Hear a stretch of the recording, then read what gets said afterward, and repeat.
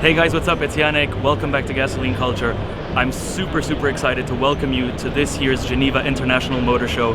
It's absolutely amazing this year. So many new releases, and we're just going to take you around and show you what's new, show you what we like. Just sit back and enjoy.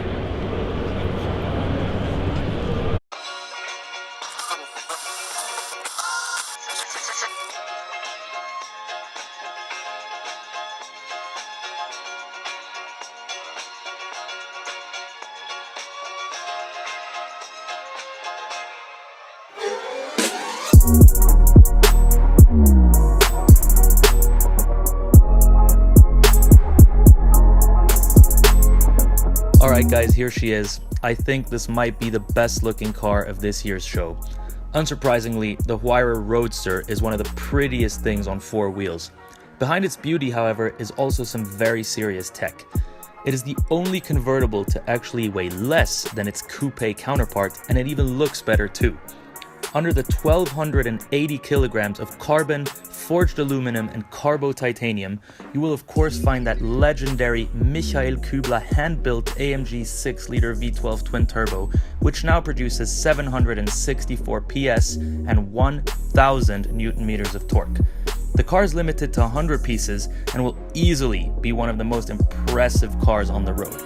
Now, someone local to us is actually getting one of these, and I really hope we can get some footage of that once it gets delivered.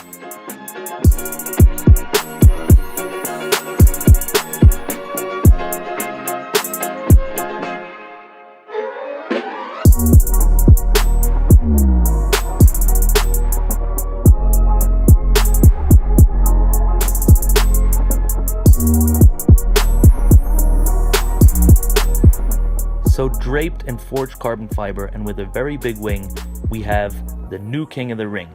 So supposedly this car is faster around the Nürburgring than the Porsche 918. Do I believe it? Absolutely not. But I do think it's going to make for great third-party comparisons coming down the road, and it'll be really interesting to actually line up both of those cars and see if a Huracan, which isn't even the flagship of Lamborghini, can truly beat a hypercar. Alright, so we're gonna move over to the Maserati stand. I don't know, they just never really bring out any interesting stuff. I mean, it's a cool brand. Clearly what you go to the Maserati stand for is not the cars. Let's just say, oh wow, look at this beautiful Quattroporte. Oh god. What a beautiful car.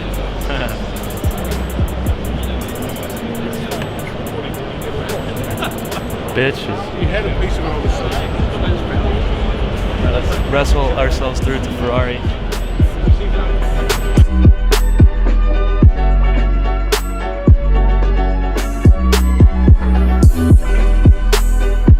A12 Superfast, still under the covers.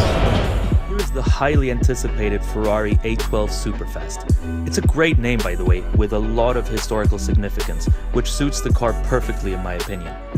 800 horsepower from a naturally aspirated 6.5-liter V12 and rear-wheel drive. What's not to like? Except for maybe a serious lack of traction in fourth gear. Another stunner at the show was Manny Koshbin's Koenigsegg Agera RS. Fitted with the 1MW engine, it puts out 1,360 horsepower. It is finished in clear carbon fiber and 24-karat gold leaf. It's an absolute beast of a car.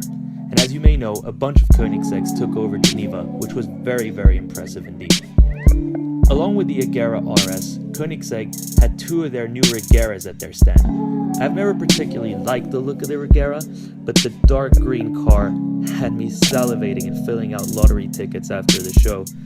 I still think the rear end of the car with that strange oval exhaust looking thing isn't pretty, but 1,500 horsepower and an incredible 2,000 Newton meters of torque is nothing short of spectacular.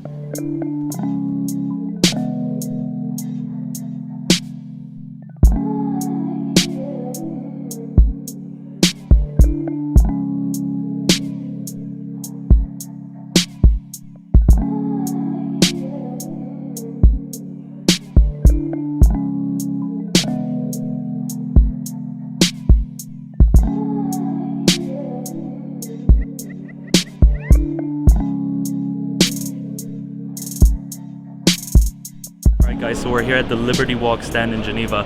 Now, you know, we all know these cars from Instagram and just from the internet in general, but god damn it, and being in Switzerland, I've never seen one of these in person. And I mean, I'm usually not a fan of these like cut defenders wide body kits, but they look absolutely amazing in real life. Like, I never expected this. I mean, the 650S looks great, as well as this 488 here in a perfect color. Looks like it's Grigio Scuro, and damn, with that air suspension and everything, absolutely unbelievable, completely crazy, but they look fantastic.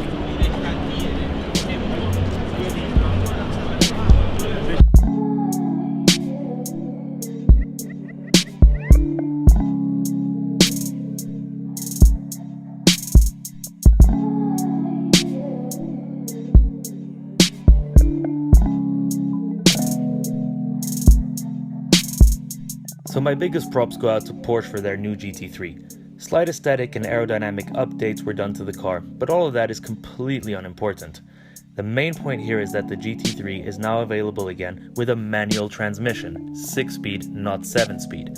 This thing is going to be absolutely epic to drive and is probably the most driver-oriented and involving sports car available today. Its 4-liter flat 6 revs out to 9,000 RPM and produces 500 horsepower. It's going to be amazing. I'm also interested to see what it will do to 911R and GT3 RS values, as I have no doubt when I say that it's going to be the better car. Oh, and by the way, a friend of mine is getting one, so expect a review very, very soon. Gimbala is back. Now, there weren't many new things to see from them, but the Mirage GT is always an absolute treat and easily one of our personal favorites. Their new Avalanche based on the Porsche 991 Turbo S is definitely an acquired taste, but looks super cool in the metal. And I guess at the end of the day, it's just really cool to see that Gimbala is back in the game and actively producing new projects. So easily the most controversial car this year is the McLaren 720S. 720 horsepower will make for some eye-watering performance. Those holes under the headlights, they do seem odd, and I think that aesthetically it doesn't even come close to a 675 LT. But there's no denying the fact that the technology is leaps and bounds ahead and clearly places this car in its own category. I can't wait to drive it and watch it beat everything in its class.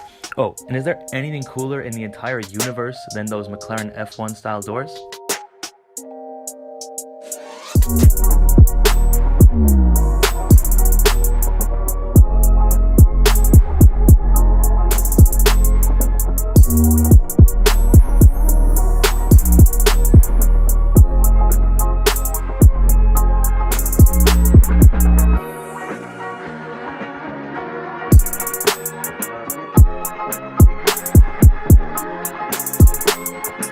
The already legendary Aston Martin-Red Bull collaboration has taken on a new name.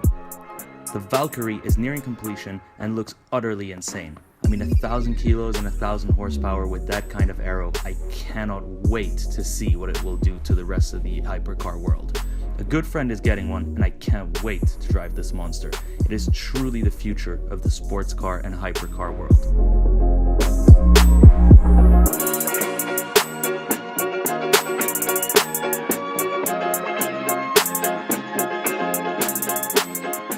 Everyone's a baller until a real baller walks into the room. Clearly, this is the epitome of the SUV world. The Mercedes Maybach G650 Landaulet is a mix of G500 4x4 squared and G65 AMG, along with a luscious Maybach interior. Fit for a dictator, this thing is just amazing. I cannot wait to see what Brabus do when they get their hands on one.